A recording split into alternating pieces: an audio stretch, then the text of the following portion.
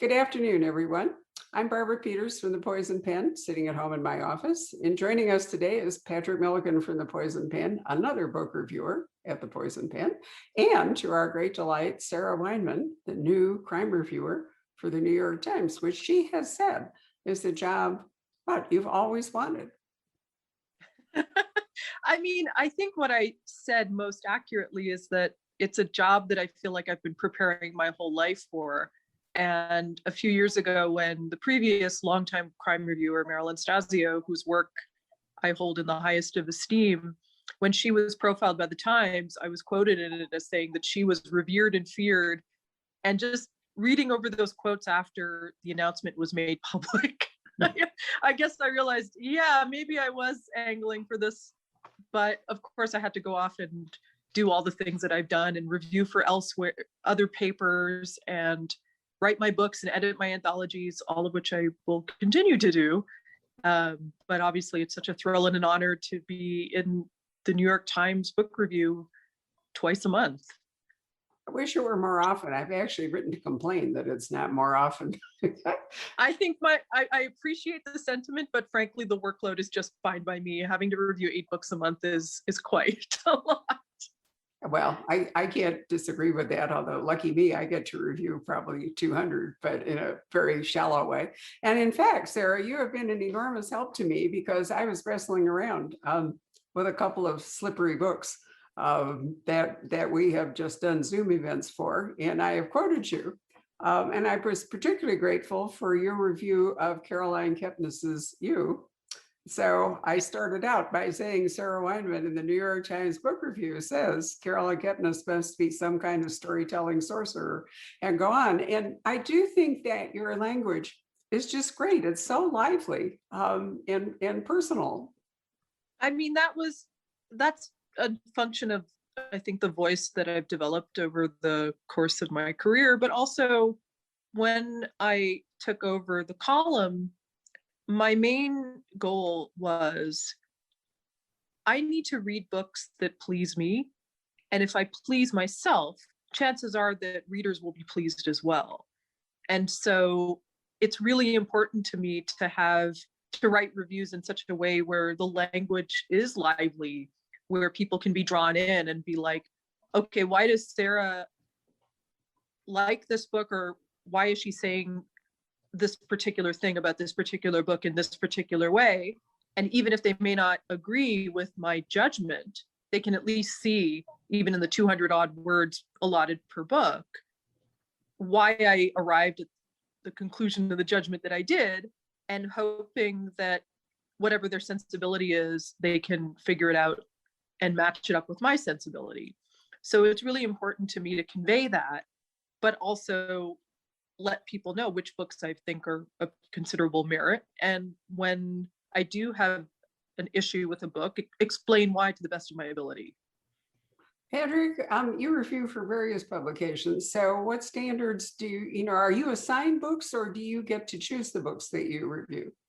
Well, I mean, I review for Publishers Weekly. I mean, and they put me in the magazine, so it's not, I mean, the reviews themselves are anonymous, unless, every once in a while I can do a, like a signature review or a profile or something like that. But generally speaking, the editor there will say, he knows my tastes, and he'll say, hey, I got X, Y, and Z. Any of these sound good? So to a certain extent, I get to pick. And I'm not doing, I'm usually only doing one a month, maybe 2 a month, but usually just 1 a month. And so he has a pretty good idea of what he thinks I'll like. So that's nice. But I wanted to ask Sarah about, there is, PW and other places, they have their own kind of, unspoken style, and it becomes challenging and somewhat of an art to try to say something meaningful in 200 words. I get 205 words usually for Publishers Weekly. And so it's like, all right, express an opinion in the first sentence, do some vague kind of plot description, and, get in, get out. There's sort of a way to go about it. And, I've developed my own style of doing it, but I must say it's changing. My style is is kind of changing with the reviews. And I've been doing it for them anyway, for God, 15 plus years, maybe more. And shoot, I wish I could say the review I just wrote, but I can't. But I adopted a very different tone this time. And that was kind of fun, to sort of play with that a little bit. But, yeah, I mean, I think that it depends. I try to go book by book, and a lot of it feels when I'm sitting down to write the review that I'm almost in some kind of weird fugue state. Like sometimes in some of the reviews, I'll quote really salient passages whenever possible, because I do feel like putting a quote in conveys what the writing style of the book is like and why people might like or dislike it. But I also feel like when I'm sitting down to write the review, it's almost like I have to take on this sort of impressionistic approach where I'm channeling my feelings about the book and conveying almost like a thematic sense of what it may be about. So Barbara, it's interesting you brought up the Caroline Kepnes piece, because I think that review already is one of my favorites of what I've written, because I came to that series not entirely cold, but I think I had read You, but I had not read Hidden Bodies. And so when I came to You Love Me, especially in light of there being the Netflix show, I felt like I had enough distance. So I just sort of dove right in, and there was this amazing voice. And I just spent the entire book being like, how did she do it? And that's where the whole storytelling sorcerer line came about, because it really felt like she was pulling off this neat trick, which is incredibly difficult to make the reader not only care about the psychopath, but be so entertaining in the process, and so au courant very much about social media and the way that we live now. So she's really juggling a lot. And so I had to kind of get all of that, and also some kind of precedent and some kind of context, and explain, okay, she's being compared a lot to Patricia Highsmith in the Ripley books, but she's actually, I think, going a step further, because the Ripley novels are in third person and she's in first person. And like, I didn't want to get too deeply into the Lolita weeds in light of what I've written about, but I definitely had that sense of, here's this amazingly unreliable narrator, and it's very difficult to pull off, but I was very impressed. Yes, and it's not an easy book in a short space, not an easy book to talk about. I mean, I have the same problem you do, which is there's only so much room in each of our book notes and so forth. Sometimes I don't even have 200 words. And I thought that your review of the Kepnes reflected her style. It was a bit of a mirror, which I thought was great, because her style is certainly different. And the pace of it is so rapid. There's not many places where you get to pause and take a breath while you're reading, Carolyn.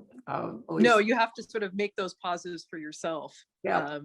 But that's also, I think, a testament to how talented she is, that she does create this propulsiveness that you can't put it down. And so to do that, and to do that in a third book and still make room for additional volumes, I think really augurs well for what she's going to do next.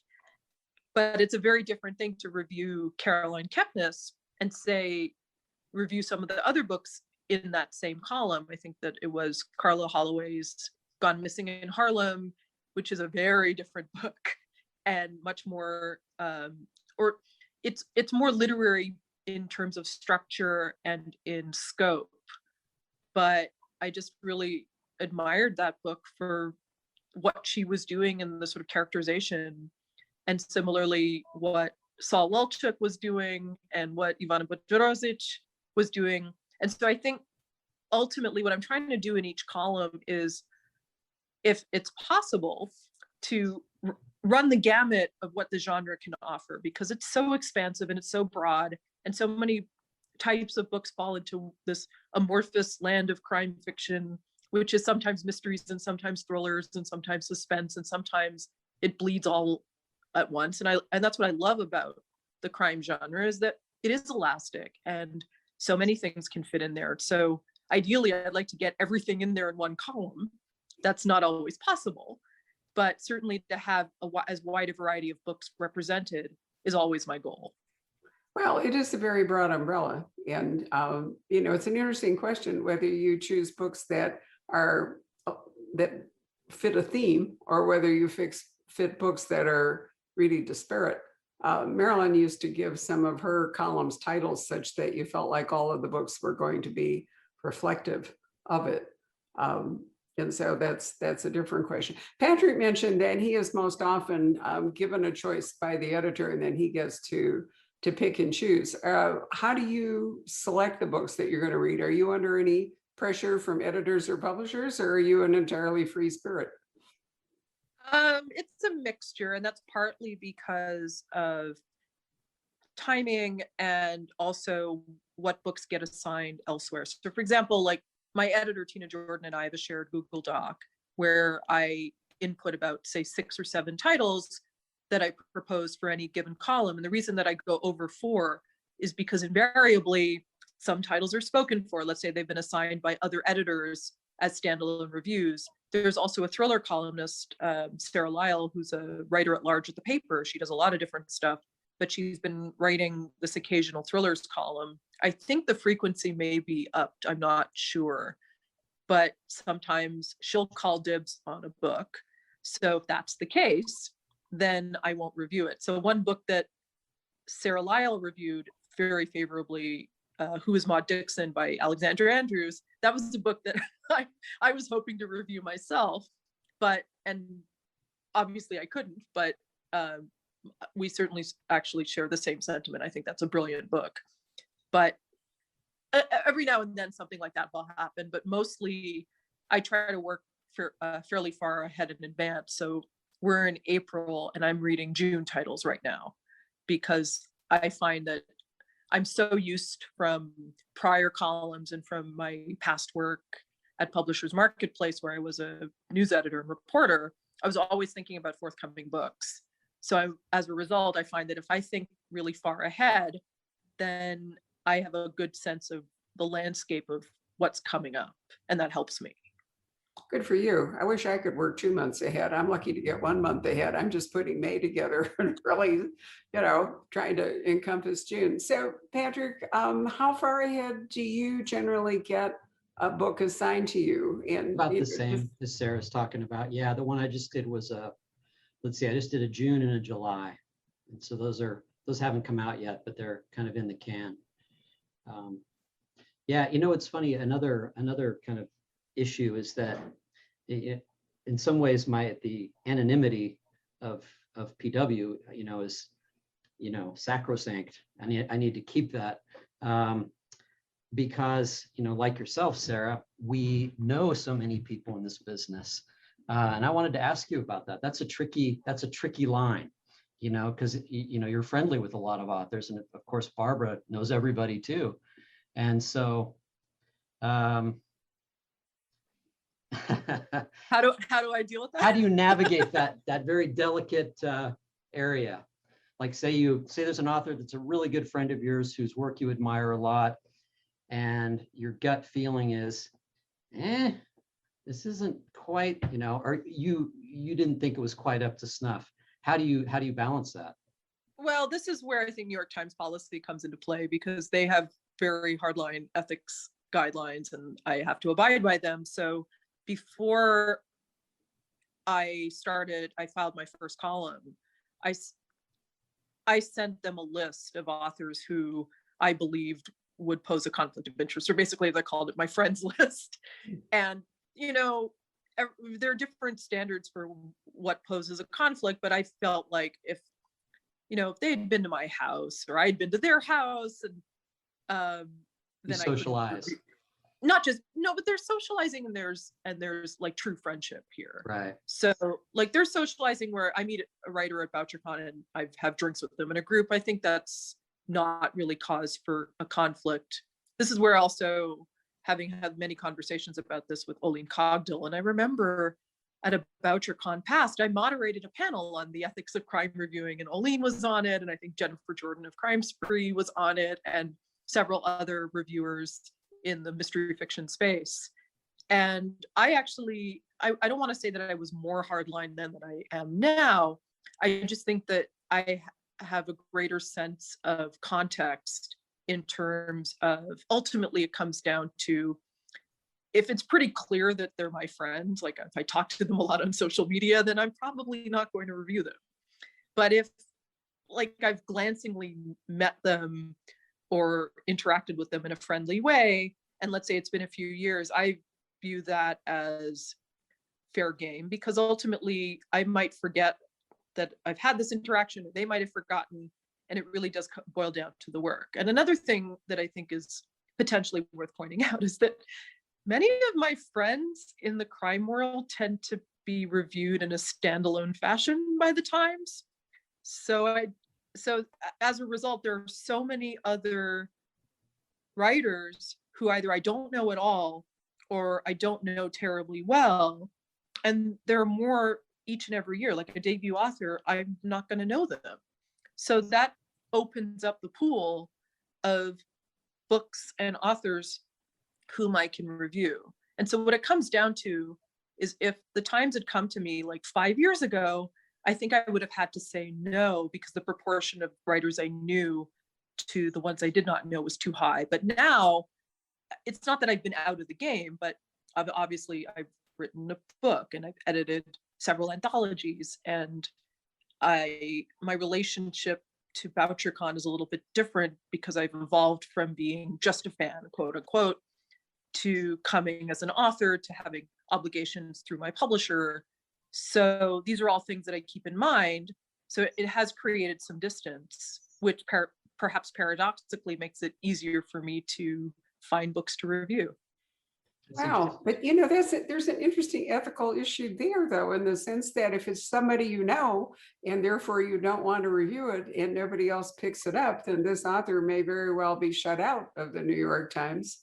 As that's certainly it's something I try not to think too much about, because ultimately I think about it in the larger aggregate, that there are 8 books a month, more or less. So that comes to 96 books a year, give or take. So that's still very few out of the hundreds that are published, maybe even thousands published in the genre each year. So I'm already having to cull a lot.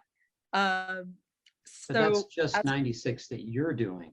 Exactly. I mean, there are plenty of other standalone reviews that come out. So that's not the sum total of the crime fiction that's reviewed by the Times, right?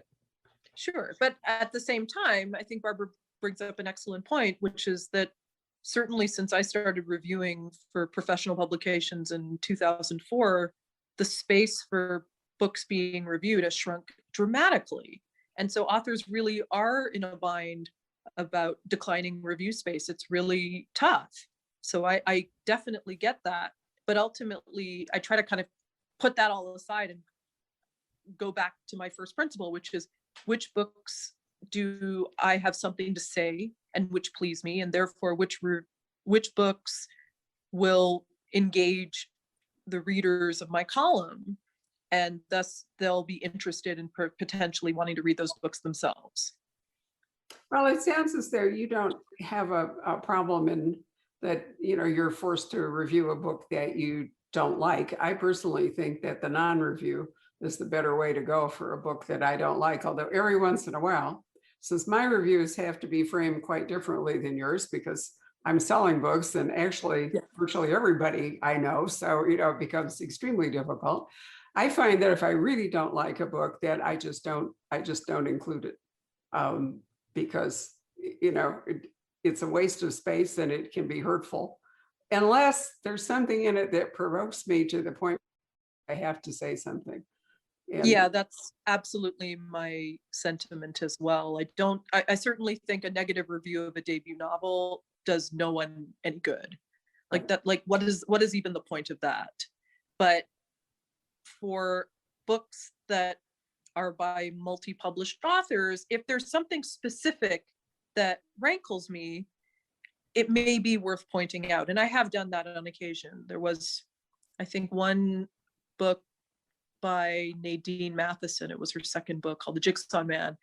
And the larger point that I had to make about that book was I thought she was a good writer, and I thought that her ability to write characters and pacing, it was all good. It's just that I have real trouble with the serial killer thriller. And I think that it's kind of a moribund subgenre. I think that you have to be extraordinary with that. And as a result, I felt like the failing was that particular subgenre, not really the author. But I also wanted to put that on the table as saying, here's my sensibility and here's my opinion on this. You're free to think something else, and that's okay. But it was a way of illustrating a larger point about a particular subgenre that I think needs to either be reinvented or cast aside for the time being. Well, we're certainly in sync there. I've been having some hilarious conversations with Jane Ann Krentz and various other authors about the rise of the Gothic, which I predicted 2 years ago would be the next big thing. And here it is. In fact, there's a cozy Gothic coming out in June. I was like electrified when I saw that. So Patrick, how do you deal with it? If they assign you a book and you decide you don't like it, what's your strategy?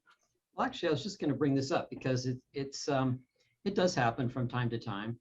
You know, I was going to mention the intended audience too of these different publications. They can be quite different. Right. You know, Publishers Weekly and some of the other places are definitely geared more towards a trade audience. You know, so librarians, you know, people in the book trade, and you know, I tend to be fairly generous, I must admit, in my reviews. I also recognize when the problem is me, you know, Mm-hmm. when this is a perfectly good book, it's just not to my taste. It's not it doesn't match what I like or what I look for in a book, but it certainly would to other people that do like it. So I'm very aware of that. And yeah, and the aims are a little different, you know, for us at the store. Yeah, we're cherry picking in a large extent because, you know, I'd much rather be very enthusiastic about the new Willie Blotton book and sell it and help promote it. And those goals are different than PW or you know, a newspaper review particularly. Yeah, but I'm very aware of. I try to find what's good about the book and try to identify, as I say, where the problem is me, not the book. And that happens quite a bit, you know. So it happens to me as well. And I mean, it's funny you brought up that particular phrase because for many years I've joked that not to my taste is the get out of jail free phrase Yes. for reviewers. Exactly. I had a really horrific moment. I've never forgotten it because I used to be a bit more, do I want to say snobbish? I don't know, elitist, whatever word it is. Critical? Let's go with critical. Anyway, I was standing up in front of a huge audience at the Poison Pen, and one customer raised his hand and asked, if I'm not going to name the author, why author so-and-so hadn't been to the store and why we weren't promoting the author's books. And I launched into, you know, my reasons why, which were pretty forceful. And when I was done, he looked at me and he said, well, he said, you know, it's okay if you feel that way, but you're really letting down all of us who like this author's work by not, you know, bringing the author to the store or not giving us an opportunity. And I thought, okay, so, you know, that's true. What am I here for? Am I, you know, really here to sell my own taste, or am I really here to try, as a bookstore, to try to enable readers of all different stripes to find books that they like? I'm helped by the fact that our staff is fairly varied. So we have one staff member, he reviews heavily for Booklist, and he's very much into the romance and cozy genre. We have another one who is the mystery reviewer for Library Journal, and she has a different taste, but she's also our blogger. Patrick has you know, I can always find I almost always know when is a Patrick's review.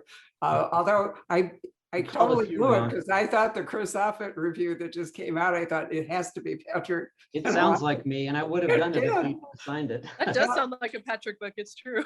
It really, really was. So, I'm helped by the fact that I have other people, or I can quote you or whatever, and try to serve this enormous, we're looking at like 20 or 30,000 people that read our publications and all. How do I try to serve all of them and yet have some integrity? So that really probably comes into play mostly in our books of the month, and books that we highlight are the Right. ones that, and then we can kind of let the others go. But I really took that lesson to heart from that customer.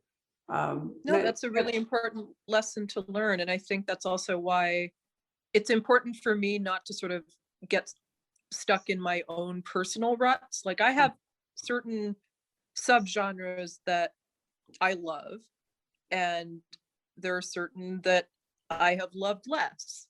But I also felt that it was important from the get-go that cozy be represented in the column, I think a little bit more than it may have been during Marilyn's tenure, because I know that there are so many crime fiction readers, and especially a lot of younger readers, a lot of readers who are from marginalized communities or from, not the crime readership that we have customarily thought of as the crime readership. And what books are being published that they are gravitating towards. And I want to kind of figure that out as well.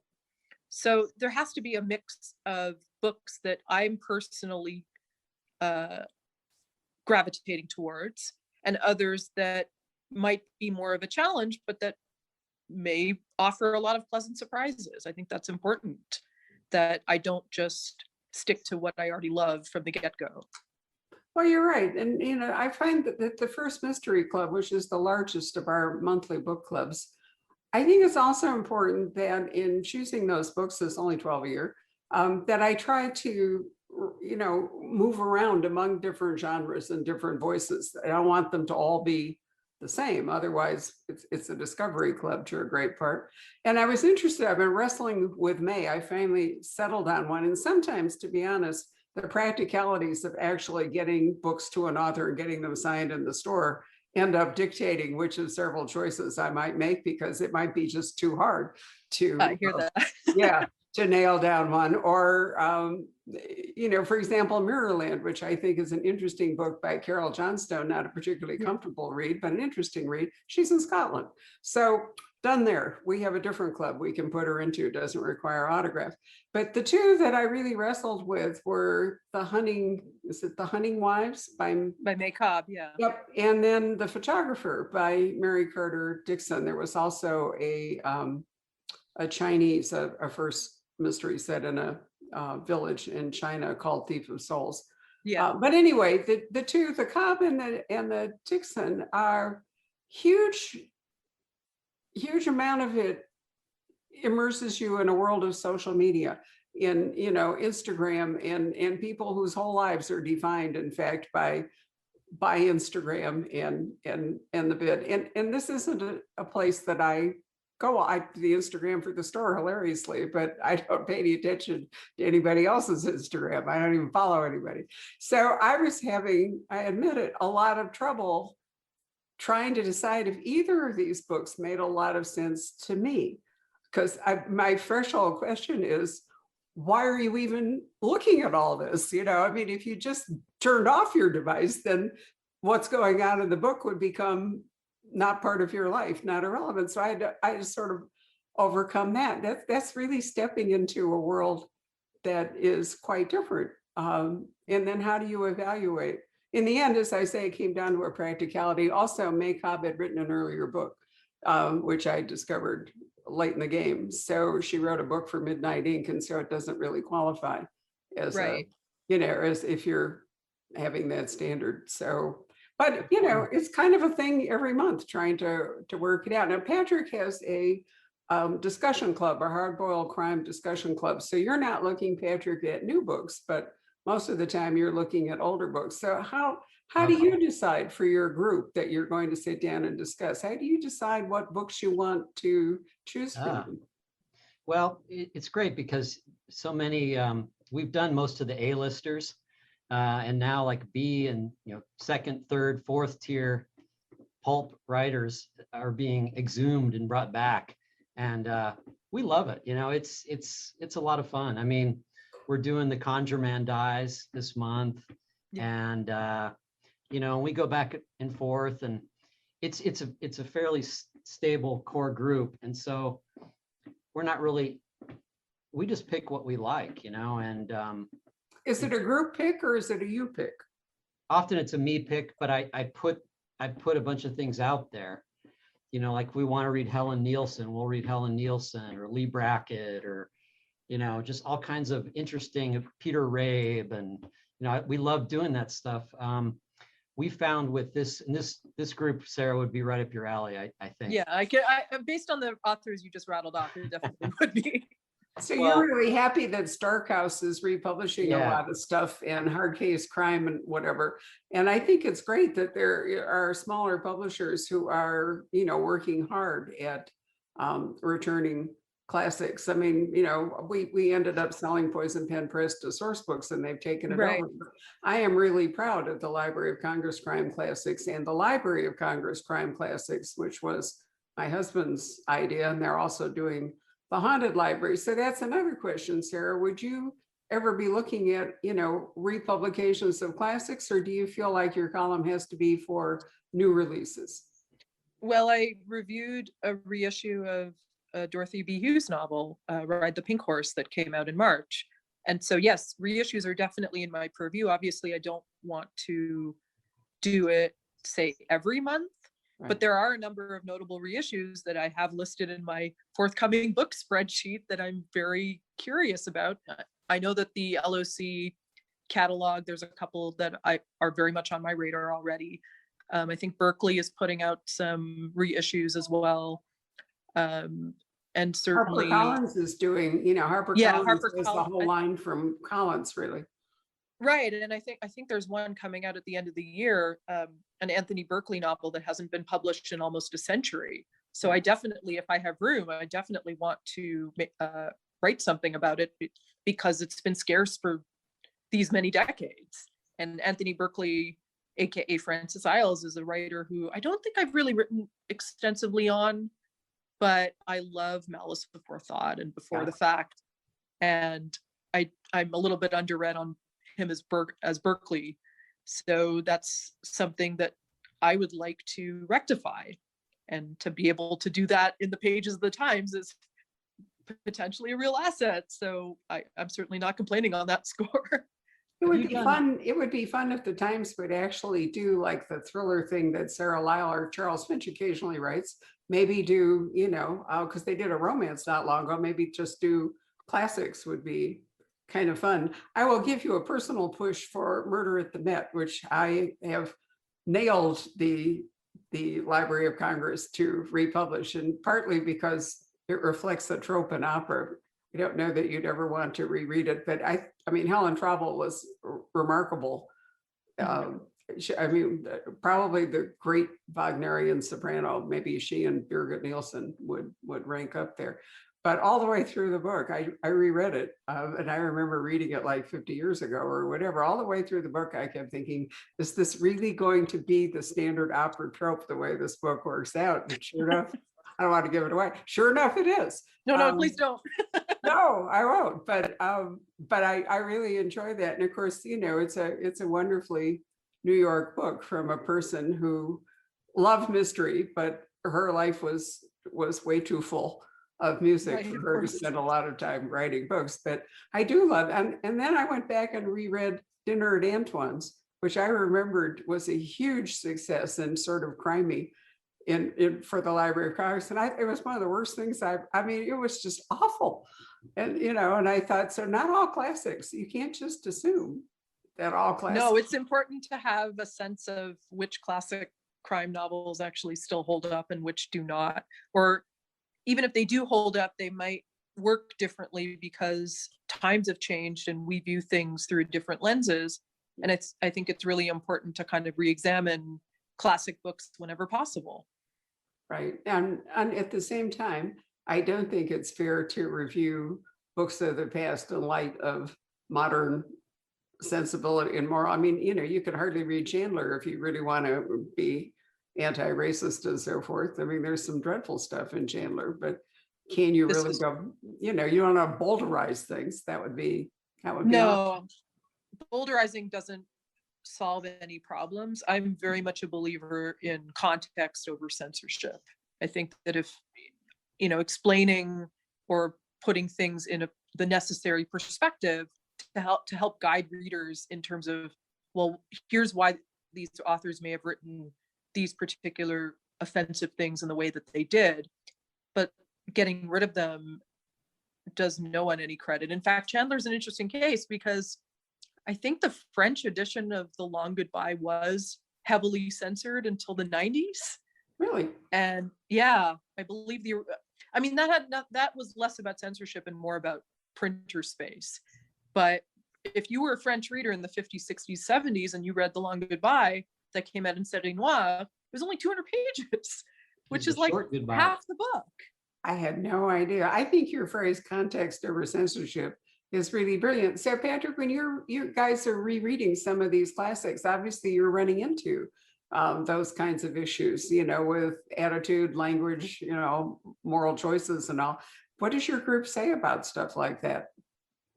Well, I mean, yeah, part of reading these books is an interesting time capsule, and I think that's what's so fun about reading them and seeing the times reflected in the books.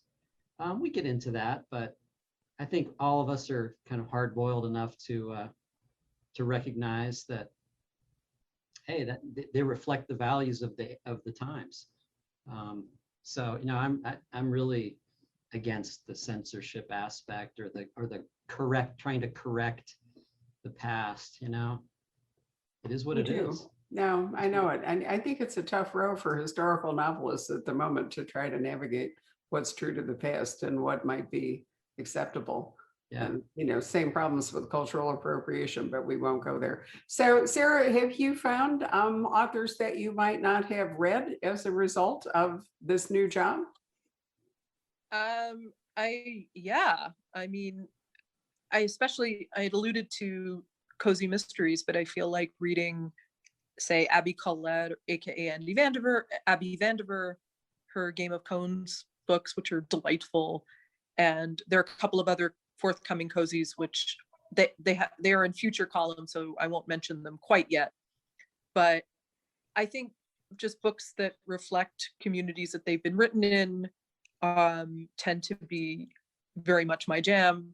The Ivana Bodrozic, which I think came out from Seven Stories Press, yeah. I had not heard much anything about it until I got a cold pitch from the publicist, and the PDF was attached. So I started reading, and I thought, oh, this is a fascinating book set in the Balkans in the 90s. And it talked about journalism, and it talked about intergenerational trauma. And I thought this was just a really good crime novel in translation. So I wanted to highlight it. So whenever is that chance to take a book that might not necessarily get as much attention, I think the Carla Holloway book as well, which comes out, I think it just came out this week. But again, that's published by Tri-Quarterly.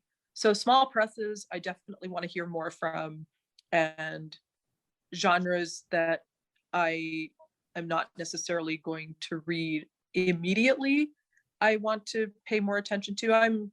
I'd like to be able to review some Gothics. There were a couple that were on my radar, but I think they were spoken for, or just the timing may not have worked on a couple of them. So I know that there'll be some more Gothic novels coming down the pike. So absolutely. No, you won't be hurting for Gothics. I'm sure that it really, it's interesting. People are always asking me, what is the next big thing? What's the next new thing? And if you really put out your antenna and you start paying attention, you can generally zero in on what it is that's going to come in. And I predicted the Australian crime wave was going to begin to edge out the Nordic, because in part, the Nordic has been around so long. And the Gothic was kind of a natural extension, really, of trust no one. I mean, Right. so I mean, you can kind of see where those are coming. I too hope the serial killer genre doesn't come back. It's just not one of my favorites, but I'm not sure what I see as the next thing. But I think about it. I Patrick, do you have? think part of the problem too is that a lot of the next whatever has been maybe not hamstrung, but certainly affected by the pandemic. And the fact that that has posed so many additional questions about how to write crime fiction. I know some writers who decided arbitrarily to end their books right before March 2020. And I know of a couple of writers who are currently working on manuscripts that are directly addressing what has been happening over the past year plus. So I think that will also affect how and the ways in which the genre will evolve. I'm also looking out for different ways of writing the police procedural, because I do think that there do need to be some changes on that score. And I think I've already noticed that there's an uptick in PI fiction. And I think it comes back to, similar to the Gothic, this idea that we can't trust authority. So we have to go with individual people who will look out for societal interests. So I'm curious to see how that will grow and change over the next few years myself. You will find that true in a lot of military fiction, or a lot of the action. We do a lot of events with guys. I mean, we launched Jack Carr the other day, Mark Rainey. We have a whole group. I'm really looking forward to Jack and Stephen Hunter talking together on May 7th, because this is not a swagger. It's not, it's a completely different book, in which I have to say I argued with him over the ending before he turned it in. And I'm interested to see, I haven't yet looked at it, but I'm going to be interested to see if I prevailed or if Hunter did his own thing and ignored me.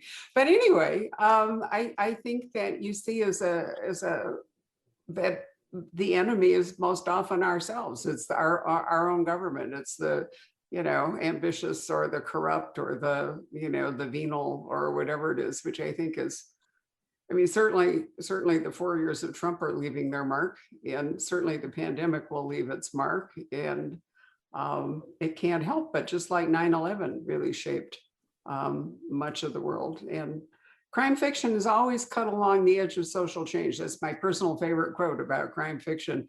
I think about Sarah Paresky, who particularly takes that to heart, but a lot of others do. And if that's true, then real events do shape what's coming. So it'll be sort of interesting to see.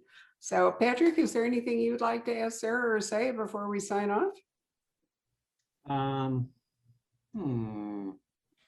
Not really. I think we've hit all the important stuff.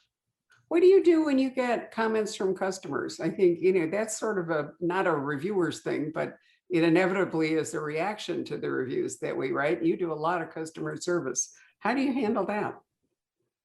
You mean customers who complain about something you've written or I've written? Or yeah, or just disagree with us. Of course they're free to disagree, naturally, but yeah. I usually just try to diffuse that stuff really fast. You can't please everybody. Yeah, I don't really get a lot of that, to be honest with you. I think Lucky Bill has probably taken it over since he's doing more of the customer service. But it's interesting, Sarah. I mean, I get emails out of the blue from people who write about the strangest things, and generally the best rule is just not engage at all. I definitely agree with that. I feel like my reviews are for readers, they're not for authors. So mostly if I get feedback, it's when a column goes up and I tweet the link, and some authors will tweet, especially if I have praised their book. And that's nice to see, but it's not obviously why I write the reviews. But on the occasion when I've had feedback of the negative variety, I think it is, like Patrick says, important to diffuse it.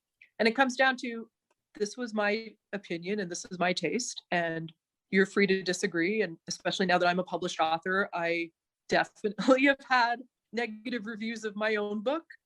And it's writing books is very difficult, and it's an achievement to get to the end and publish them. And then you have no control. over how people are going to perceive the book that you wrote. So I This think that's is- important for everybody yeah. to bear in mind. Well, I was just going to say that's very interesting. And I guess a good question for you would be, has this changed your, have you become more sensitive as a reviewer after publishing your own book? I'm not sure if it's sensitive. I think I just feel like I have a lot more empathy for the Right. process. I shudder to reread my reviews from when I had a column at the Baltimore Sun from 2004 to I think it was 2011.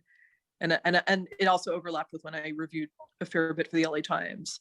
But I know, because I had not published any anthologies or any full-length books, that my perspective was very different from what it is now. And frankly, I'm a much better writer.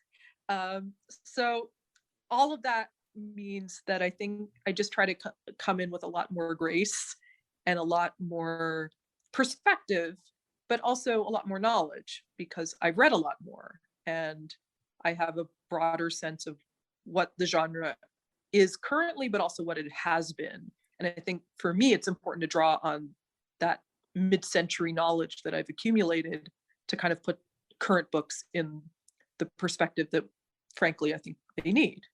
Yeah, I think it's a good exercise also to read out, as you said, read outside your particular little niche.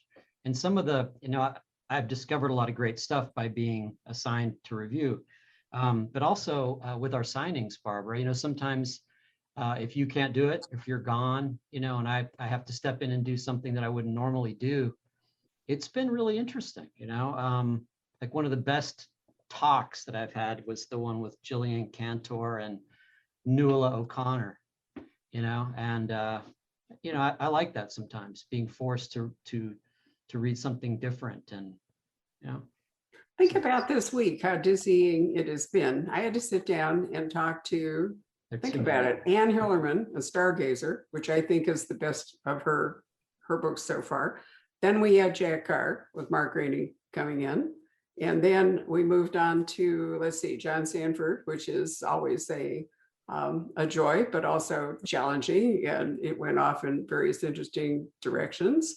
And then let me think, yesterday was, what was yesterday? Tonight is Saul Welchuk, and I agree with your review. So, I'll be talking to Brian Christie. him. It was, Brian Christie, who I think is really going to hit it out of the park. I mean, he reminds me of Jack Carr in so many ways in terms of his own personal background. And you can just kind of see the star power rating out of these two guys, so that's wonderful. And tomorrow we have a double Victorian. I have Anne Perry at noon, and then I have Will Thomas with the new author, Karen Noden, at 1:30. And so, think about the whirlwind of different worlds that I have to go in and out of in order to talk to these people for an hour about their books and try to convey enthusiasm and appreciation and occasionally criticism and, but I got driven into it because I'm a bookseller. Sarah, what drove you into reviewing? Let's make that our final question. Why did you start reviewing books? I started reviewing books because I loved crime fiction. It is my first and greatest love in all of books. It was when I first moved to New York for grad school at the John Jay College of Criminal Justice in the Forensic Science Department, and I worked one day a week at the late great mystery bookstore Partners in Crime. And I started my old blog with the fanciful title of Confessions of an Idiosyncratic Mind. And from there, I reviewed for various fan publications like Deadly Pleasures and Crime Spree and First January magazine. And then a couple of book review editors at professional places like the Post, the Washington Post, also the Denver Post, and the Baltimore Sun assigned me books, and it kind of just went from there. So I fell into book reviewing, but it turned out to be the gateway for everything I have done since. And so it's, to me, the Times column is kind of a full circle thing for me. It's me coming back to my crime fiction roots, but with just all of the experience and knowledge and perspective that I've accumulated as a reviewer, as a reporter, as a publishing industry expert, as an author, as an editor of anthologies, all of those things feed into the columns now. Well, that's a wonderful answer. And we're all excited that you are doing this. I sure have enjoyed the columns that you've done so far. And Thank I you. realize that 8 is a lot, but I'd be really happy if you got an extra column every now and then. Well, I'll let my editors know. yeah, I do. Well, I have let your editor know. I thought, actually, I wasn't speaking just of you, but I was nagging them a bit about covering more genre fiction. I mean, there's a big tendency at the moment to review books that fall into social issues or have particular agenda or relate to particular communities, or a lot of nonfiction and political books and all. And I felt like last year the Times really shortchanged fiction.